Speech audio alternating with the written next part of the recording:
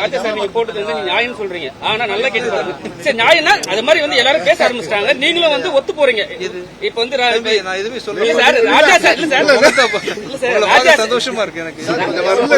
ராஜா sir என்ன பிரச்சனை வேணும் சொல்லு நான் தரேன். ஓகே சார் நான் சொல்றேன். இப்ப ராஜா சார் வந்து எல்லாத்துக்கும் என்ன சொல்றாரு, எல்லாத்துக்கும் நோட்டீஸ் அனுப்புறாரு. சரிங்களா? ஆனா வெற்றி படங்களுக்கு மட்டுமே முக்கியத்துவம் கொடுக்குறாரு.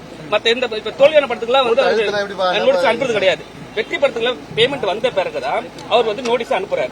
அதே மாதிரி இப்ப வந்து ரஜினி சார் படம் நடிச்சிருக்காரு. அதுல ஒரு மியூசிக் போட்டிருக்காங்க. அதுக்கும் வந்து அது வந்து பெரிய சர்வீசஸ் கம்பெனி. யாராவது ஒரு வார்த்தை சொன்னா கூட அவங்க வந்து சார்ட் அவுட் பண்ணிருப்பாங்க. நோட்டீஸ் அனுப்பணும் சார். அவங்க பேசுனா நீங்களும் உங்க ஃப்ரெண்டு என்ன பேசுறீங்கன்னு தெரியாது இல்லையா? பர்சனல் விஷயம்ன்ற மாதிரி அவங்களும் ப்ரொடியூசரும் டேரக்டர் சார் என்ன பேசிட்டாருன்னு எனக்கு தெரியல. ஆக்சுவலா கேட்டு இருப்பாங்க, சால்வ் பண்ணிட்டாங்க. இப்ப பிரச்சனை சால்வ் ஆயிடுச்சு இல்லையா? இல்ல இன்னும் சால்வ் ஆகல சார். அது சொல்லிருக்காங்க சார். கேள்விப்பட்டிருக்கேன் சார். இல்லப்பா